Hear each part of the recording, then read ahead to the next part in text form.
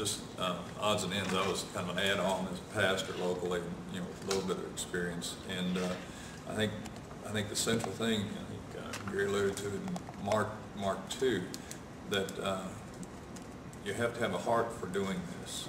There's some place in the middle of you that has to know that that person is not just God's child, but a sister, brother of yours, and has either got a disoriented worldview, or some things that have got them lined up to victimize other people. And victimization is something that keeps going and going and going. Once somebody is victimized, about any kind of victimization, somebody who's victimized is likely to have that and has to deal with it as they relate to other people too. But the answer that I think we're consistently saying is that it takes a relationship, not between you and the other person. You're kind of, as Mark was saying, Gary too, you're a symbol of hope to that person. The contact that you continue to make, it's not your responsibility though. The responsibility is, as Mark and Gary is saying too, is that it's broad. It has to be broadened out to the key spiritual leaders in your group, your congregations, your workplaces, in the community itself. People have to be involved in a definite way. Our interfaith outreach, the interfaith organization here in town, has what we call a progressive release program. It's going into the jail, kind of alongside Hope Will Glow and other ministries, and doing classes about decision making and the kinds of responsibilities that people have to have in place and ready to go when they walk out the door with a $25 and an ID card. And there's another, I think Virginia Cares is a kind of a bridge system, a transitional system. All of those things need to be in place and working and get people connected with them. The number of people in the system is so great, and you have to continue to grow systems like this so that when they come out, they not only have you as a symbol of hope, but there's a community of accountability that includes the person's family.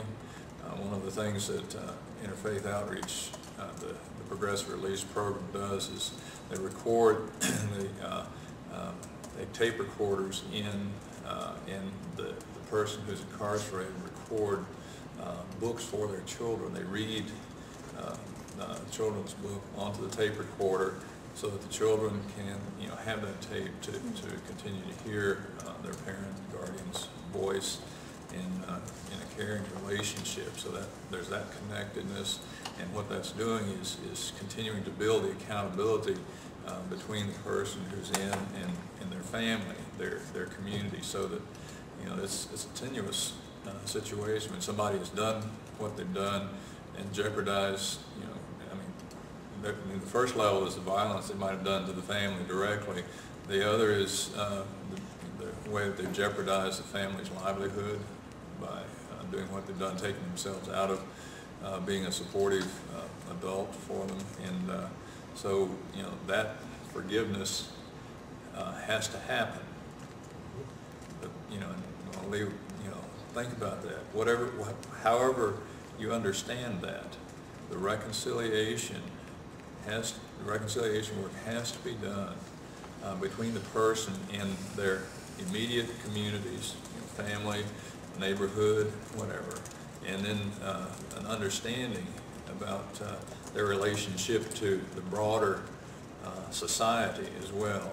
That regeneration has to take place and at least begin while they're in there, and the transitional communities have to be in place so that when they come out, there's a provision for clothes and some beginning work contact and so on. We have a member of our congregation who's I've been at the Euclid congregation now going on 18 years, and he's been in twice since I've been there.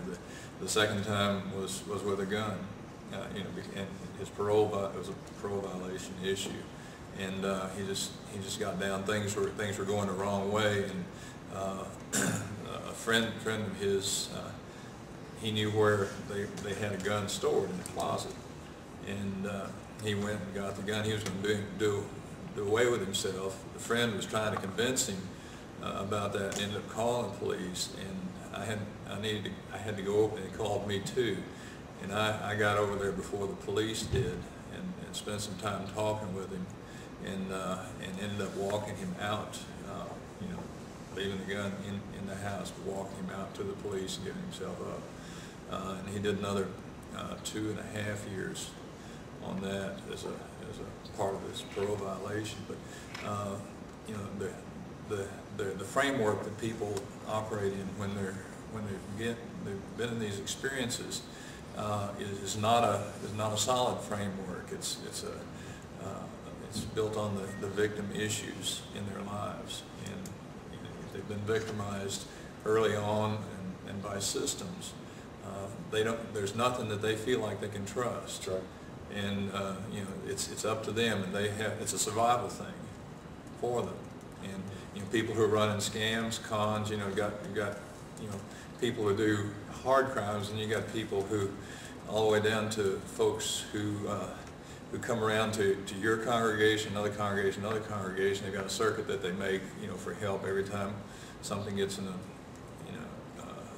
problem, and that's the same kind of mindset. You know, their survival is based on whether they can scam a pastor or you know, a congregation out of payment for an electric bill or rent, and they're not doing the disciplines of a budget and getting a job and the whole thing.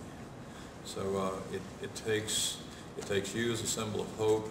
It takes you as a person to call this kind of rehabilitative community, regenerative communities into being, and to cooperation with each other, and to connect people with this. But they have to have a sense of a primary relationship with somebody who can be a symbol of hope for them. They know that their way of doing it is broken, but that's the way, you know, that's their comfort zone, that's their default way of survival, and they drop back into that, and they'll go do what they need to do, you know, when times get tight.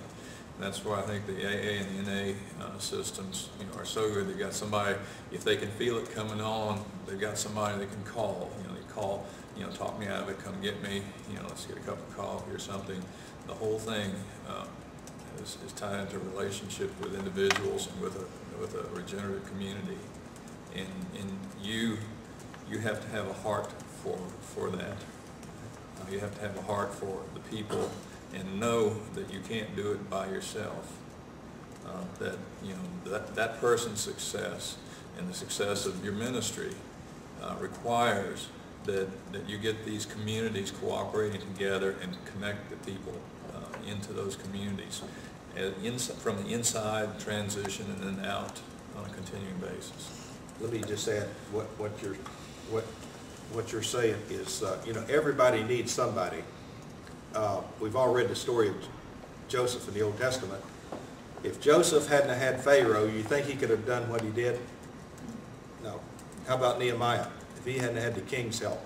So we need to help, and God needs to bring Pharaohs into our lives